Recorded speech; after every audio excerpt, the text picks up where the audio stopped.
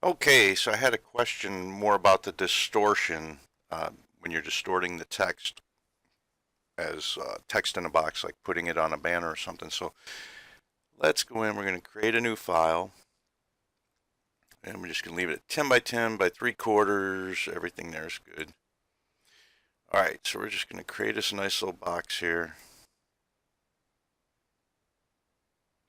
About like that. And put our text in the box, and we're going to say cool text. And we're going to apply that. So that fills up that box nicely. All right, now we're going to select all of it. Okay, get select it all. And we're going to come to the distortion tool right here. And here's our text. This is our bounding box. So we want to use the bounding box as our distortion driver. And we're going to apply that. So right now I could just move the four corners, and I can distort the text doing that. So that works, but we want to go a little more than that. So what we're going to do is hover over the line. You can right click and go to Bezier, or once you see your little squiggly line there, you can just push the B key, and you'll notice it gives you these two handles. You got a handle here and a handle here, and we'll talk more about those in a minute. And we got it there, which gave us our handles, and we're going to get it here. Come on. There we go. Okay, so still, again, I can move my corners, but now I have these handles here. So if I click on a handle, if I rotate that handle, you see it changes the arc of this half of this line. And if I grab this handle over here, I can change the arc on that side. All right, now also these stretch in and out. So if you see, as I move it in toward its center point, the less acute that arc is, the more, like here, it becomes more and more and more of an arc. I get it nice and round. And if you want to get a little funky, we can take this and we can swing it around. And let's say we want to move this bend down toward our end. We're just going to shrink it in. Now see, if I move it out, it moves it further to the left. If I bring it in, it moves it back to where our side on the right over here is. So once I do that, I can also do the bottom. Try to match those handles up somewhat.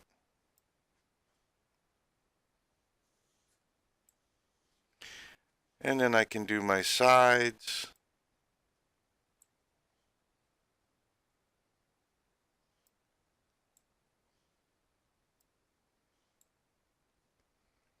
And it distorts the text really nice, which gives it that wavy look, a little more realistic than just putting text above a single curve, which really doesn't distort the shape of the letters so much as just the positioning of the letters. And I can show you the difference in that. So you see the way this looks, how these kind of wrap. And if we were to, let's close that. And we're going to get rid of all of this stuff here. Let me delete that out. Let's just go with,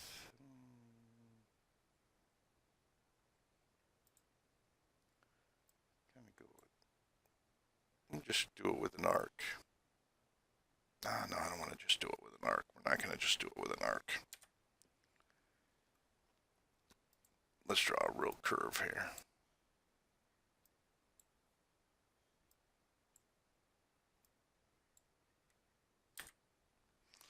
Okay, so there we've got our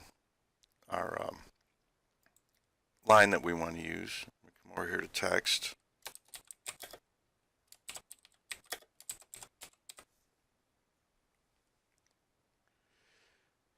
And let's make this,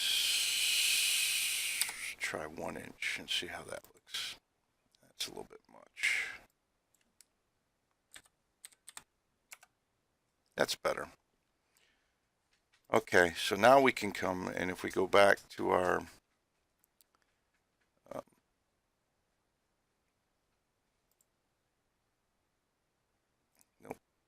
That's not what I wanted.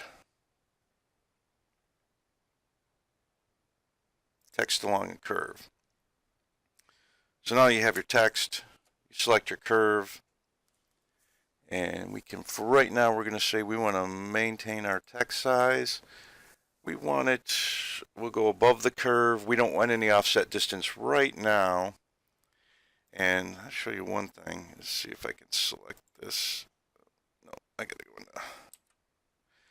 Okay, so this green dot says this is the start of our curve. If this green dot was over here, we may have a problem because it's going to want to start our text and we read left to right, so it's going to shoot it off that way. So with it being at this end, that's fine. Now if it were at this end, I would come down here, right click, and then go down here, either press the P key or put that as make start point. But we're all set with that now. So I'm going to select my text. Oops. Let's get back out of Node Edit. Which to get into Node Edit, I just push the N key, and to get out, I push the N key again. And I'll select my curve. And like I say, we're going to maintain our text size for now. We want it above. Our spacing we're going to leave as is until we get it up on there. We want it centered, and we want it to align to the curve so that the letters follow the curve rather than just stay straight up and down, changing their Y position. So we're going to apply that. That's kind of cool, and then I'll probably space it out just a little bit.